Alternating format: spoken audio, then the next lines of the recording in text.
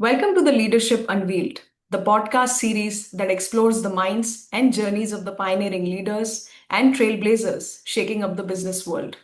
I'm your host, Neha Jagnani, and today we have a conversation that promises depth, perspective, and inspiration in equal measure.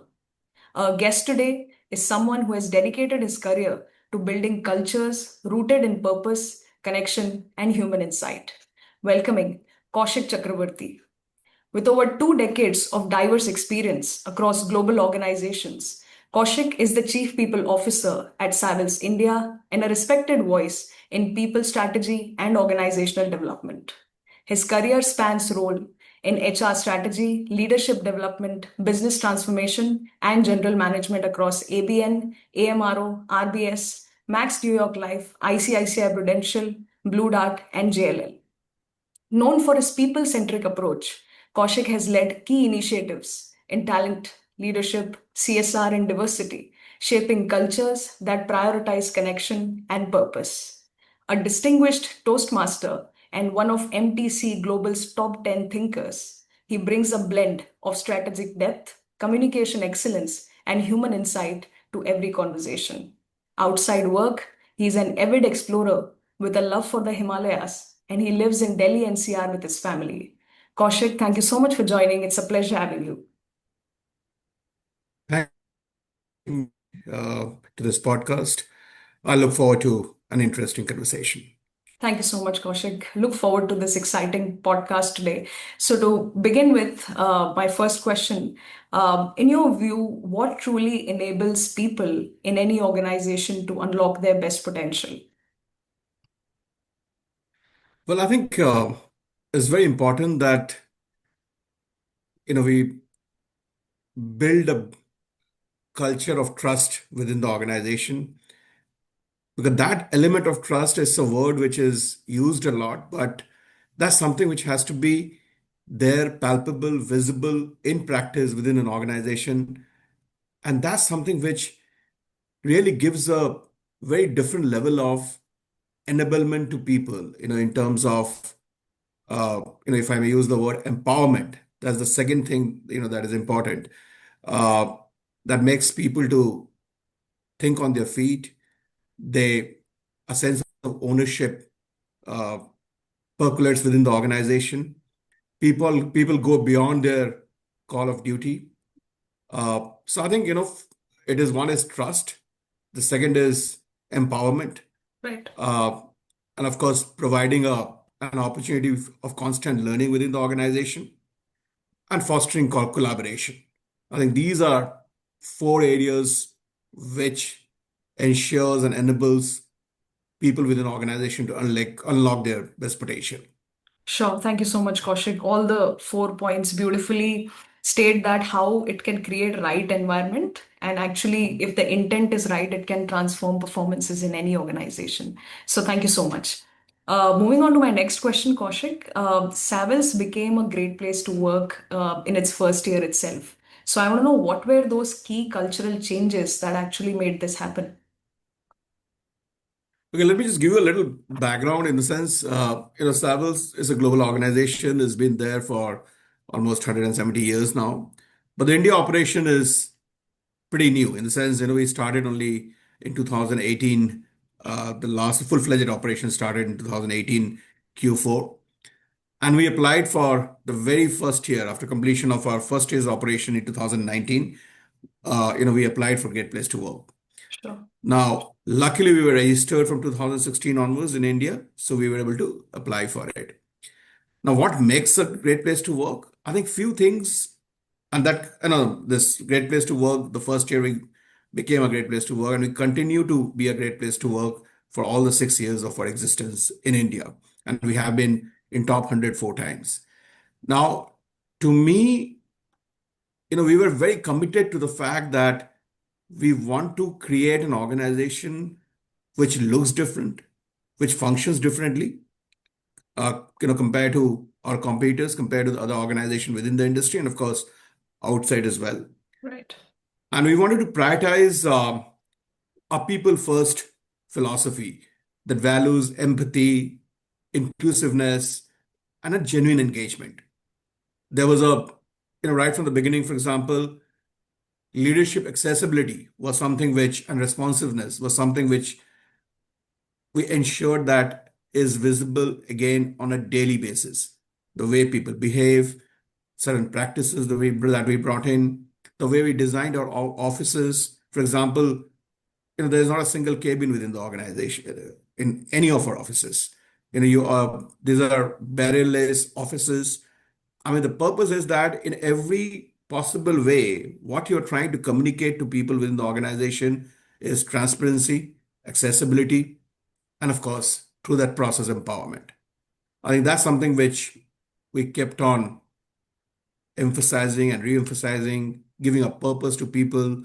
CSR was a big area that we tried focusing on. I mean, normally what happens typically in an organization is they try to follow the government norm where you have become profitable. After that, you can put in 2% of your profit into CSR, and those aspects are more emphasized on. From day one, as an organization, we ensured that we have uh, a lot of commitment to the social sector.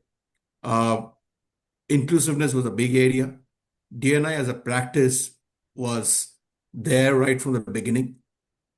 So in every possible, we tried creating an organization, a space within the organization, where uh, people could be seen holding hands together, collaborating, uh, a sense of purpose, uh, and all of it in a very subtle yet in a in a lot more emphatical way. It communicated to people that yes, we are a people first organization. Sure. Thank you so much. That's truly remarkable, Kaushik. It shows how intentional culture building can actually create a real impact early on, in any organization, be it inclusivity, empowerment, and especially the people first approach that you mentioned. Thank you so much. Um, my next question, Kaushik, is you have moved across sales, P&L, banking, CSR, and then HR. How have these varied roles shaped your understanding of leadership? Yeah, so you rightly said, I've not been a typical HR person. When I say typical, in the sense, yes, I've been into sales. From there, I've grown, and some part of time in my career, I got an opportunity to move into the people segment. And there's a story behind it in terms of, some point of time, I realized through a leadership workshop when I visualized, there was a whole visualization exercise which was there, and realized that, what really gives me the energy is people. And, and I used to enjoy in my college days, elocution, debating, those were my competences. And probably this is one area, where you can connect with people authentically on a daily basis. And that's what I defined my purpose. Sure. Now, how it helped me develop my leadership uh, understanding, or whatever you call it, or how it helped me to probably navigate various leadership challenges, if I may put it that way. Yeah. I think sales and P&L, I mean, when you say sales, sales, basically I've come up the ground in the sense I understand the ground realities far better than uh, most HR people. I mean, I've not been a typical, if I may say, armchair HR person who has always worked from the ivory tower. I understand the challenge of a salesperson. Okay, I understand what are the ground realities which is there in place. I think that has really helped me. Uh, Second is, when I expanded and I have been part of the DNI Council of Organizations, I started CSR function within organization. In fact, I've been the trustee of foundation within organization. From a small scale, it expanded to that particular level, where a foundation got created, and I was one of the trustee. Now, all of it actually gives you and probably creates a path of purpose-driven leadership, and social responsibility. My experience in banking, uh, and I've seen the GFC crisis. So that point of time, other than various aspects of uncertainty of life, uncertainty of economy, And of course, that also became manifold when the pandemic happened, COVID happened. But I think the banking experience made me understand. Uh, I looked into a lot of aspects from a strategic lens because I was into uh, product management, process management, and all. It also gave me an understanding on compliance management because banking really has a lot of strong eye around it. Uh, and of course, HR leadership highlights critical role of culture, empathy, people development, and I think those are my key areas of competence as well. Sure, Kaushik. Such a meaningful reflection, I must say, Kaushik. It shows that how cross-functional experience actually deepens your ability to understand both people and business together. So thank you so much for articulating that. My next question, Kaushik, is what inner practices or habits that helps leaders stay grounded and authentic in high-pressure environments? Look, I mean, I think everybody has their own practices. If you ask me what is mine, I think first, for me, one of my practices is the first 1 hour of every morning, when I get up, is very important to me.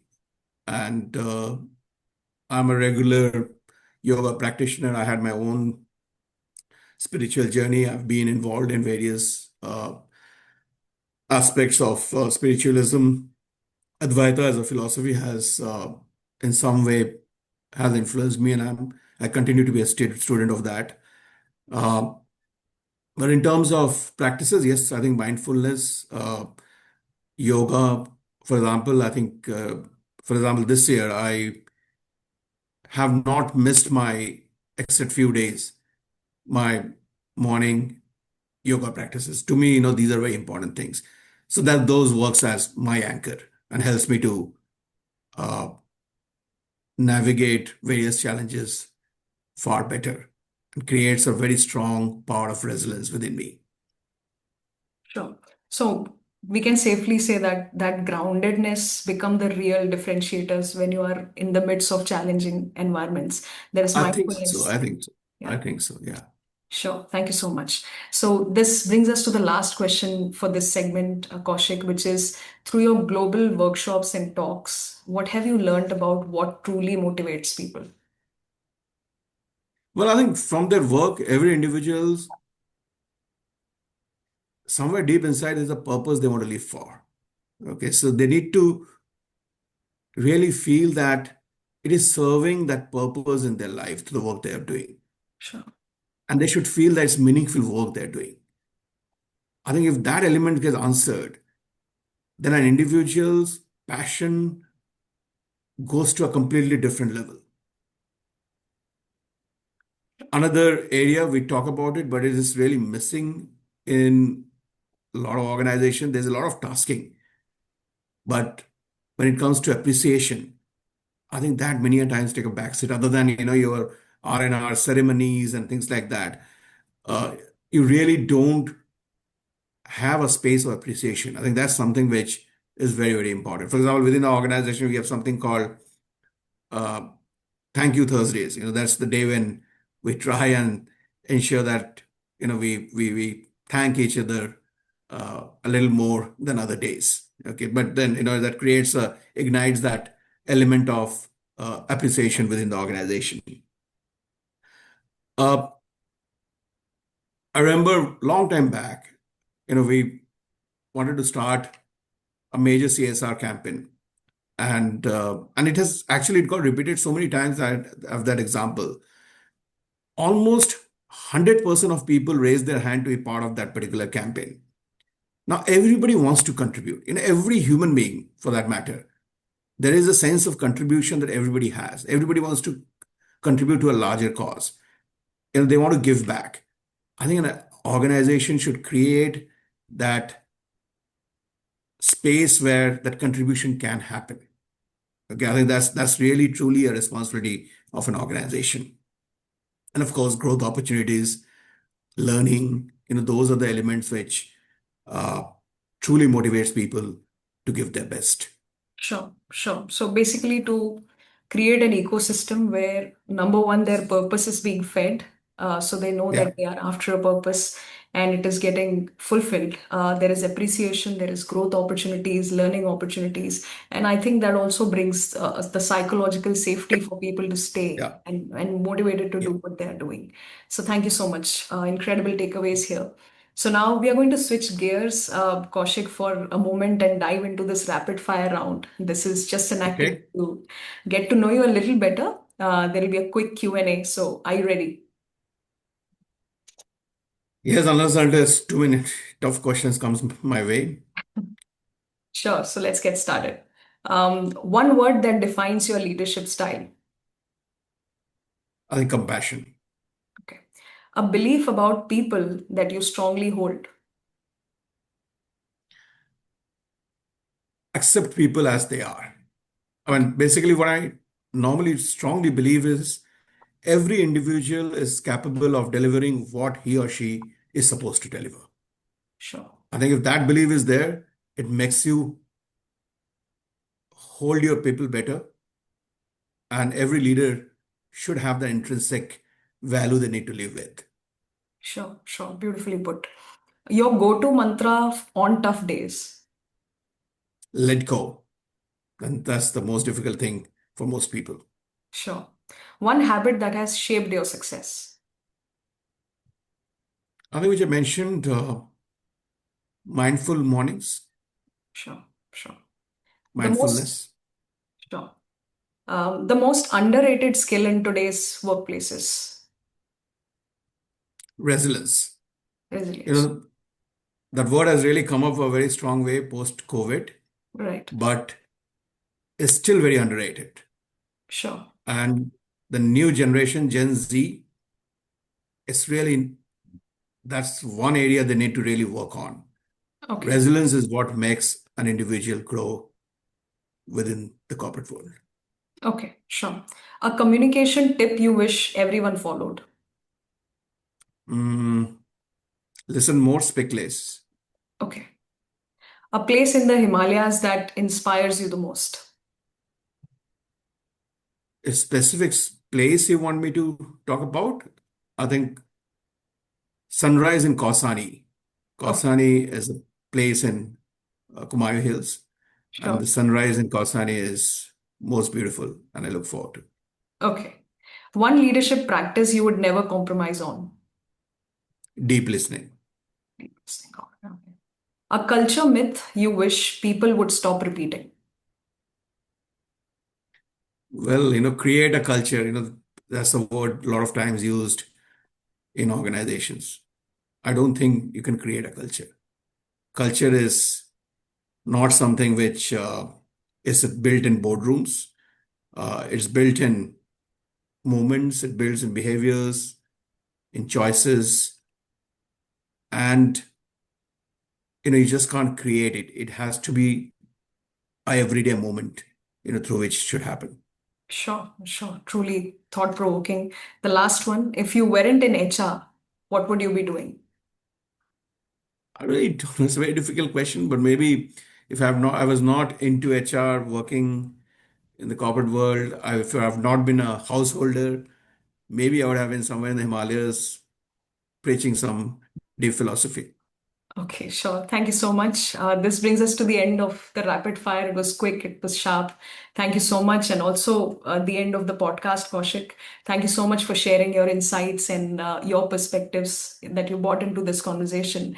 Your insights on culture, connection, people. I'm sure it's going to stay with the listeners for a long time. So thank you so much. Thank you, Neil. Thank you for your time and, of course, the wonderful question that you asked me. It really Thank you made so me much. think. Thank you so Thanks. much. I'll just have a quick note to our listeners, Kaushik. Thank you for tuning into this podcast. If you enjoyed today's conversation, do not forget to subscribe and leave a review. Until we meet next time, stay inspired and stay connected. Thank you. Thank you.